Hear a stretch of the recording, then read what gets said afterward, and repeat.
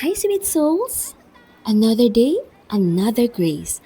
At ang vlog na ito ay pasasalamat sa Panginoon sa naging grace niya po na tayo ay makadalo sa naging Descend Pilipinas last June 12.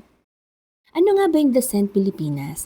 Ito po ay movement ng mga Christians mula sa iba't ibang denominations na ang goal po is to unite and empower this generation to go and make disciples of our nation. At salamat po kay Lord dahil sabi nga po nila, ito po yung kauna-unahang Descend movement sa buong Asia. And imagine, dito siya sa Pilipinas ginanap. Grabe naman grace, diba? And salamat po kay Lord dahil sa grace niya, 28 po mula sa ating mga leaders, volunteers, and friends sa JSOS Church at sa Campus Ignite Rizal ang nakadalo po dito. Kaya nga po, samahan niyo po kami balikan yung ilan sa mga nakaka-bless na experience sa gawain na ito. Let's go! So yun nga po, June 12 nga po, Friday holiday, ginanap yung Descend Pilipinas at dahil 7 o'clock po na umaga yung registration, so tayo po ay nagpa-call time ng 4:30 to 5 o'clock a.m.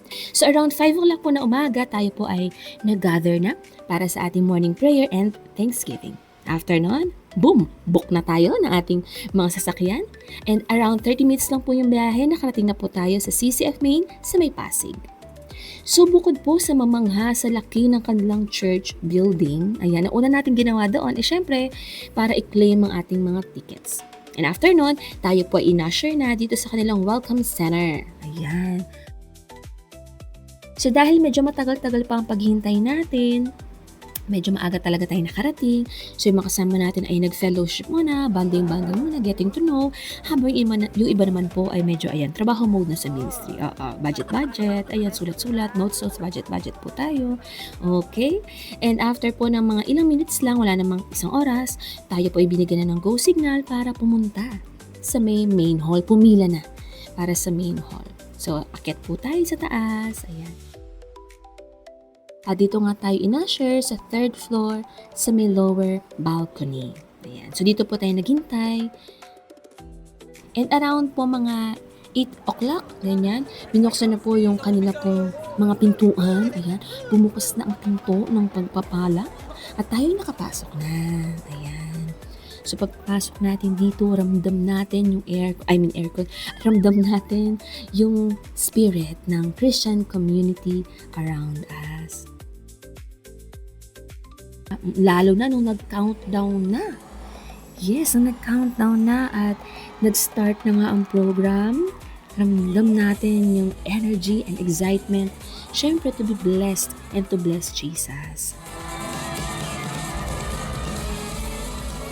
So guys, itong program na to, nag-start siya na around 10 o'clock ng umaga at natapos naman at around 8 o'clock o 8:30 ng gabi. So basically, ang pinaka-content ng program is una, mga worship sessions. Siyempre, tayo mga anak ng Diyos, naiintindihan na natin na yung presensya ng Diyos as we worship ay great source ng power and rest na rin. Kaya kailangan natin yan. Napagod lang ang mga tuhod ng mga talentahing tulad natin, ngunit busog naman ang ating mga spirit. Ayan. So, meron tayong mga worship sessions led by anointed and gifted, skilled worship bands. Praise the Lord sa kanila.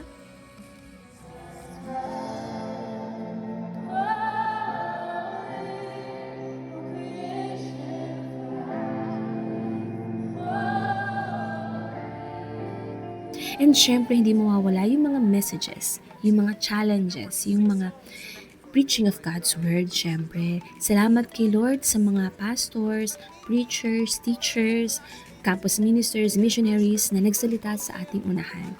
Basically, nagsimula ito sa personal message about us, our identity, kay Jesus, hanggang sa call to take part sa ating Great Commission, to reach out to the next generation through evangelism, through campus ministries, and through reaching out sa mga vulnerable people. Salamat kay Lord. And syempre, natapos yung buong araw ng programa sa pamamagitan ng commitment. Kasi sabi nga, baliwala yung buong araw tayo nakinig ng message kung walang tamang response yung ating mga heart and decisions. Kaya nga, sa last part ng program natin, ayan yung usual na ginagawa ng mga malalaking movements, no, sa pagdating sa commitment is nagpataas sila ng mga sapatos. Ayan.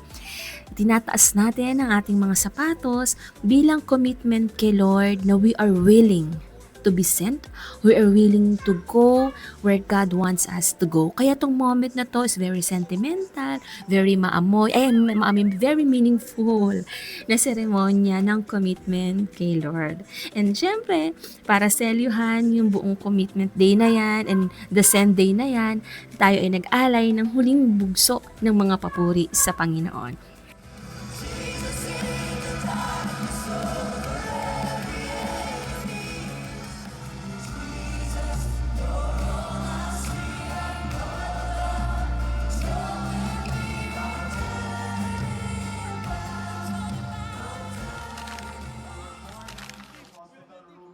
Around 8:30 ng gabi, tayo ay nakalabas na sa main hall at nag-gather muna para sa ating closing prayer.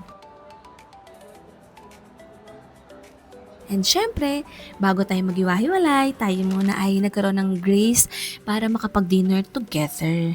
Kasi guys, alam nyo, huling kain namin ay lunch. So after nun is around 8:30 na talaga yung official na kain. Kaya ang mga persons ay nagutom. So, salamat kay Lord. Sabi nga sa intro, ito ay testimony ng grace niya. Una kasi nag-provide siya para rito. So, salamat kay Jesus, kay Tita Loida, sa JSOS Church at sa mga pastors natin at iba pang mga nag-sponsor. Salamat sa mga parents. May God's grace, pumayag sila na yung mga anak nila ay makadalo rito. And higit sa lahat, salamat sa grace ni Jesus na kahit tayo po ay mga makasalanan and undeserving, tayo pa rin ay kanyang tinatawag, pinagkakatiwalaan at pinapahayo na tayong mga naligtas ay magligtas din ng iba. Salamat sa Panginoong Jesus. So yun lang, sweet souls. Till next vlog, God loves you!